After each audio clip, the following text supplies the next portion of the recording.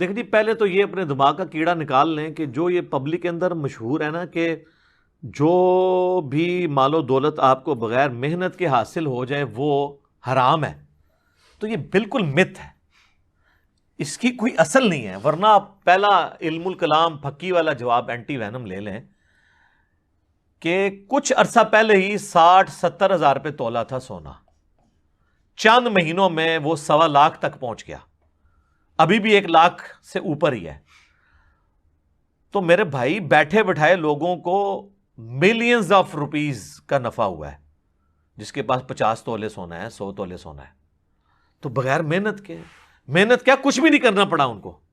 तो आप ये कहेंगे घर बैठे बैठे जो सोने की कीमत चढ़ गई उसकी वजह से उनको जो नफा हुआ है ये हराम है? नाऊज़ बिल्लाह। इससे भी अगला वर्जन, बुखारी और मुस्लिम में कई अहादीस हैं कि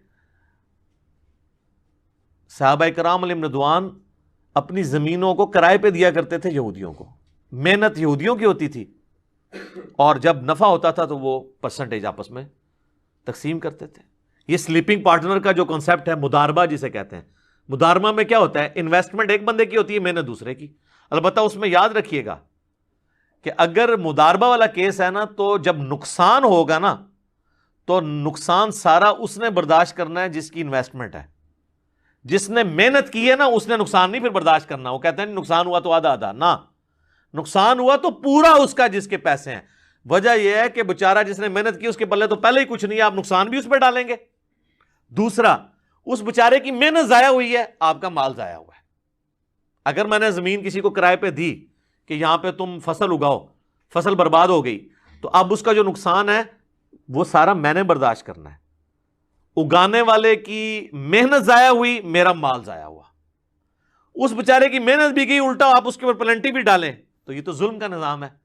इसलिए ये नहीं चल सकता। और इसमें एक और बात मैं अर्ज कर दूं, ये मुनाफे की भी जो शरह है ना, जो पब्लिक में मशहूर है कि इतना मुनाफा आप ले सकते हैं, इतना नहीं ले सकते, जितना मर्जी आप मुनाफा लें, इसके ऊपर चेक जो है ना वो ओपन मार्केट रखेगी, ब्लैक मार्केटिंग ना हो। तो सर आप आलू को 1 लाख रुपए किलो बेचें, इंशाल्लाह आपसे ले गई कोई नहीं। इल्ला यह कि आप पूरी मार्केट का आलू उठा के ब्लैक मार्केटिंग शुरू कर दें। तो ब्लैक मार्केटिंग, जखीरा अंदोजी नहीं होनी चाहिए। मुनाफा आप जितना मर्जी, तो वो खुद कंट्रोल करती है मार्केट। अगर आज कोई एक साबुन की टिकिया जो है वो 100 रुपए की टिकिया को 1000 का बेचेगा, तो वो कितनों के आगे बेच सकता है? दूसरे मार्केट में आएंगे, वो कहेंगे जी हम 100 रुपए की बेचेंगे, उनकी बिकेगी, उसकी बिकेगी नहीं। तो ये खुद ब खुद अल्लाह ने नेचुरल सिस्टम ऐसा बनाया कि जखीरा अंदोजी ना होना, मुनाफा आप जितना मर्जी लें। ये तो जुल्म है कि अगर कोई शख्स कहे कि दो एक तरह का मुनाफा लेंगे। मसलन अब मेरा एक सिटी जेलम भी है, एक इस्लामाबाद, मेरे दोनों जगह घर है। इस्लामाबाद में I-10 के पास जो है ना मरकजी मंडी मौजूद है।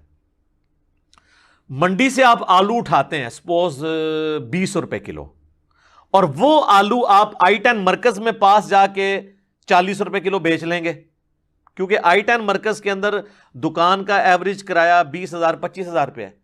लेकिन अब आप ये एक्सपेक्ट करें कि F11 में जाके वही 20 रुपए किलो आलू उठाने वाला वहां भी 40 के बेचे, सर वहां वो 70 में बेचेगा, क्योंकि उसकी दुकान का किराया 30-40 हज़ार रुपया, फिर वो ट्रांसपोर्टेशन कास्ट भी है। ये इस्लाम आप पे कभी कदगन लगा ही नहीं सकता कि आपने इतने % मुनाफा लेना है।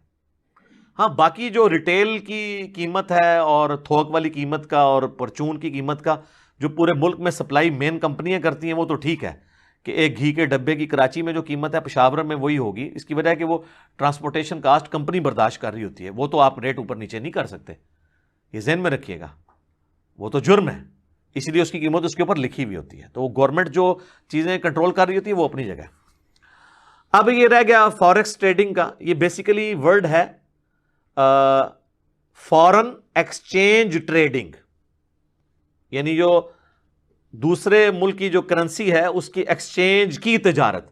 तो इसे यानी इकट्ठा करके फॉरेक्स ट्रेडिंग पढ़ दिया जाता है एक मुख्तसर तौर के ऊपर, जिस तरह नेशनल ज्योग्राफिक को नेट जियो कहा जाता है, हालांकि वो नेशनल ज्योग्राफिक चैनल है। तो नेशनल में से NAT ले लेते हैं और जियोग्राफिक में से GEO, तो कहते हैं नेट जियो चैनल, हालांकि वो पूरा वर्ड ये है। तो ये फॉरेक्स ट्रेडिंग को डिस्कस करते हुए बुनियादी चीज़ आप समझ लें कि जो इस्लाम में किसी कारोबार के हलाल और हराम होने के कवानीन है ना बुनियादी, जो मैं किताब सुन्नत की तालीमात की रोशनी में समझाऊँ, वो बुनियादी 4 कवानीन है। 4 रूल्स के ऊपर आपने पेश करना है। मैं आपको डॉक्ट्रिन क्लियर करूंगा, बाकी हर बंदे ने अपना कारोबार खुद उसमें फिट करना है। यह नहीं है कि आप 1000 कारोबारों की लिस्ट मुझे भेज दें, बताएं कौन सा हलाल है हराम, मैं नहीं बता सकूंगा। मुझसे बेहतर आप खुद बता लेंगे। अगर आपको रूल्स पता चल जाएंगे तो आप ये फंक्शन अप्लाई करेंगे, रिजल्ट आपके सामने आ जाएगा। क्योंकि जो आपने मुझे एक्सप्लेन करना है उससे बेहतर आप खुद जानते हैं कि उस कारोबार में क्या क्या 2 नंबरी है, क्या क्या चीजें ठीक है गलत है। मैं आपको रूल्स बता देता हूं, आप अल्लाह को सामने रखते हुए खुद फैसले तक पहुंच जाएंगे। जो सही मुस्लिम में हदीस है, गुनाह वो जो तेरे दिल में खटके और तू इस बात से डरे कि लोग मुत्तला हो जाएं इसके ऊपर कि ये कर रहा है। तो गुनाह अंदर का मुफ्ती आपको बताएगा ये गुनाह है। अच्छा, अंदर का मुफ्ती उसी का बताएगा जिसे पता होगा। जिसको पता ही नहीं है कि हलाल और हराम क्या है, उसको मुफ्ती ने क्या बताना है? वो मुफ्ती मरे है और मुफ्त ही मुफ्ती है। तो ये बुनियादी उसूली गुफ्तगू मैं करूंगा। डॉक्ट्रिन क्या है इस्लाम में कारोबार के हलाल और हराम होने की।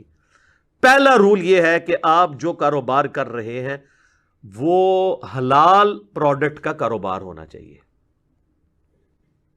हलाल चीज की खरीदो फरोख्त, सब्जी, गोश्त, इसके अलावा बाकी जो प्रोडक्ट्स हम घी, चीनी, दालें इस्तेमाल करते हैं, प्रोडक्ट हलाल होनी चाहिए। या प्रोडक्ट तो खाने में हराम है लेकिन उसकी तिजारत हलाल है। जिस तरह गधा आप खरीदो फरोख्त तो कर सकते हैं लेकिन पका के खा नहीं सकते। हाँ, होटल वाले आपको जबरदस्ती खिला दें, उलादा बात है, उन बेचारों को तो नहीं पता जो खा रहे होते हैं। तो लेकिन गधे की खरीदो फरोख्त हराम नहीं होगी इस वजह से कि उसका गोश्त हराम है। इसकी वजह यह है कि वो दूसरे पर्पस के लिए इस्तेमाल होता है, ट्रांसपोर्टेशन के लिए।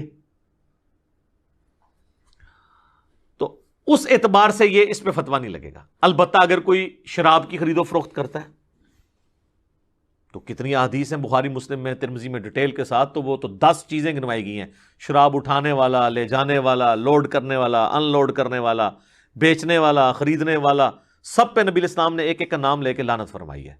इसी तरीके से जो नशावर चीजें हैं, हेरोइन को स्मगल करता है, तो अब ये नहीं कह सकता जी, वो जिस तरह केपी में एक मशहूर हमने एक लतीफ़ा सुना है, जो स्मगलर है वो कहने लगा देखो जी गधा भी तो खाना हराम है ना, कारोबार तो हलाल है, तो हेरोइन का नशा हराम है, हेरोइन का कारोबार तो हलाल है ना। नहीं, नशावर चीज़ों का कारोबार भी हराम होगा। तो ये पहली शर्त है कि प्रोडक्ट हलाल हो, उसका कारोबार हलाल होगा, या प्रोडक्ट खाने में तो हराम है लेकिन वैसे उसका कारोबार आप कर सकते हैं। जिससे मैंने आपके को गधे की मिसाल दी कि खाने में हराम है लेकिन वो दूसरे कामों में इस्तेमाल होता है, तो आप उसका कारोबार भी कर सकते हैं।